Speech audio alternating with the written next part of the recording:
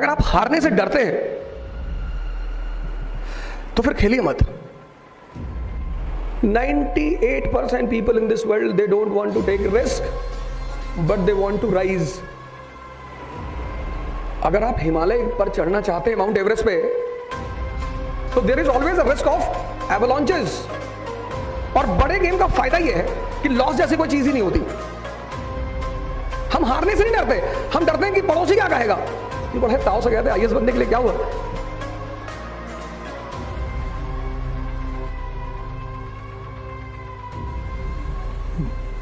जय हिंद फ्रेंड्स।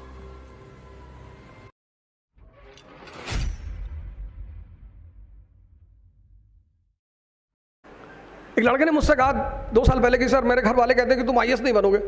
हमने कहा सही कहते हैं, तुम बेसिकली आईपीएस बनोगे।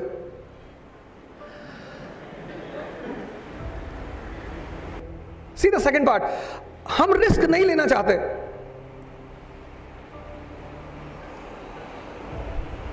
"98% people in this world, they don't want to take risk, but they want to rise, which is impossible."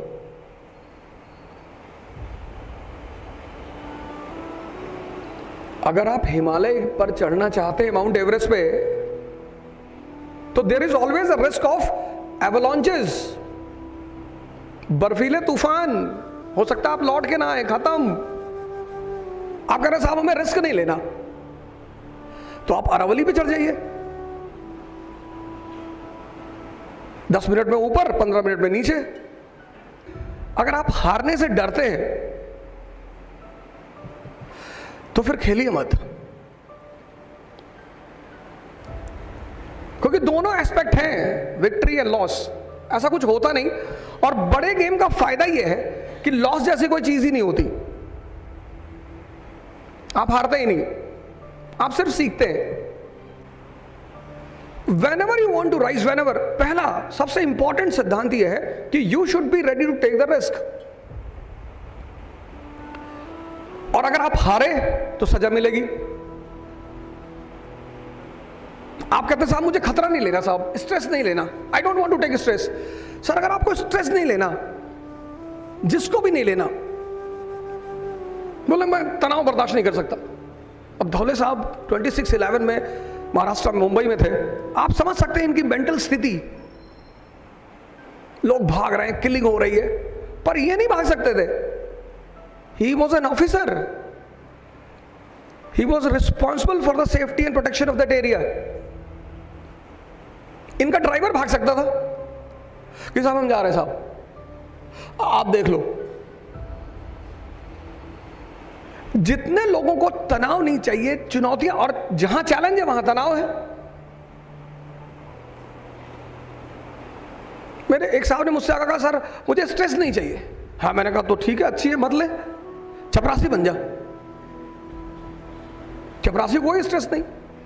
DM का चपरासी बाहर बैठा हुआ, कैप लगा के, चंदन न लगाया। Anyone who comes to meet DM will entertain him. जो भी मिलने के हिसाब से आएगा 500 रुपए दे देगा कि देखो साहब क्या कर रहे हैं। He will go inside, do some work and come outside कि साहब तो दिल वाले दुल्हनिया ले जाएंगे, देख रहे हैं। और अगर 10 लोग डीएम साहब से मिलने आए तो 5,000 रुपए पर डे चपरासी, 1,50,000 पर मंथ, 1,50,000 और 30,000 सैलरी, 1,80,000। सर कोई स्ट्रेस ही नहीं सर।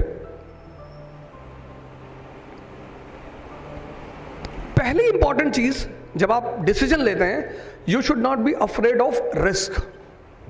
और जब आप हारेंगे तो लोग आपके ऊपर हंसेंगे, इट्स अ नेचुरल फिनोमेना। हम हारने से नहीं डरते, हम डरते हैं कि पड़ोसी क्या कहेगा कि बड़े ताव से गए थे आईएएस बनने के लिए, क्या हुआ। हारने का दुख नहीं है, हंसने का। पर आप जितने भी महान प्रॉफिट्स, जितनी बड़ी बड़ी पर्सनालिटी, मैं इस रूम में पिछली बार आया, मैंने इतनी सारे लोगों को देखा, I was so much charged. और इन सब लोगों में जितने भी लोग हैं, इफ आप इनकी बैक हिस्ट्री देखें, इनकी पूरी life challenge. Jyotiba Phule, from Pune only. The pioneer of education for lower class and women. Risk तो लेना ही है आपको, और जब आप गिरेंगे, मैंने कहा लोग हंसेंगे, that is their birth right.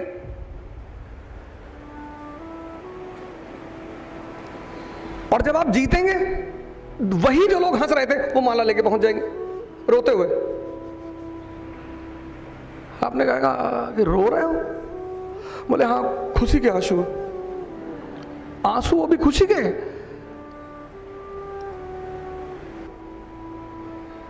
आप किसी को बुरा मान लेते हो, बुरा, कोई गाली दे रहा खड़ा होके, आप कोई कपड़े फाड़ के गाली दे तो आपको लगता है पागल है. कपड़े पहन के भी तो पागल हो सकता है. लेकिन आपके मन में एक पैरामीटर है कि कपड़ा फाड़े होगा तो ही पागल होगा. सर पहन के भी पागल होते हैं. एक मूवी आई है रमन राघव, बहुत चली नहीं हिंदुस्तान में, पर कभी आपको मौका मिले तो जरूर देखिए. उसमें दो कैरेक्टर, एक रमन, वो भिखारी है but he is a psychopath, he enjoys killing. और दूसरा कैरेक्टर है ACP, he is also a psychopath. ऐसा नहीं कि जो आदमी गरीब है वो परेशान है, अमीर भी परेशान है. कुरान कह रही दैर में तू, हरम में तू, अर्श पे तू, जमीन पे तू, जिसकी पहुंच जहां तलक उसके लिए वहीं पे तू. This is the definition of God given by Quran Sharif. Dair, masjid, mandir, anything. There में तू, हरम में तू, अर्श पे तू, अर्श मतलब आसमान, जमीन पर तू, जिसकी पहुंच जहां तलक. ऐसा नहीं कोई तुम तक पहुंचता नहीं, सब पहुंचते हैं. जिसकी पहुंच जहां तलक. दुनिया में 4 किताबें हैं, 4 में से एक भी किसी को समझ में आ गई ना, उसकी जिंदगी बदल गई. उसके अलावा कोई किताब ही नहीं, बाकी सारी इंफॉर्मेटिव किताबें हैं.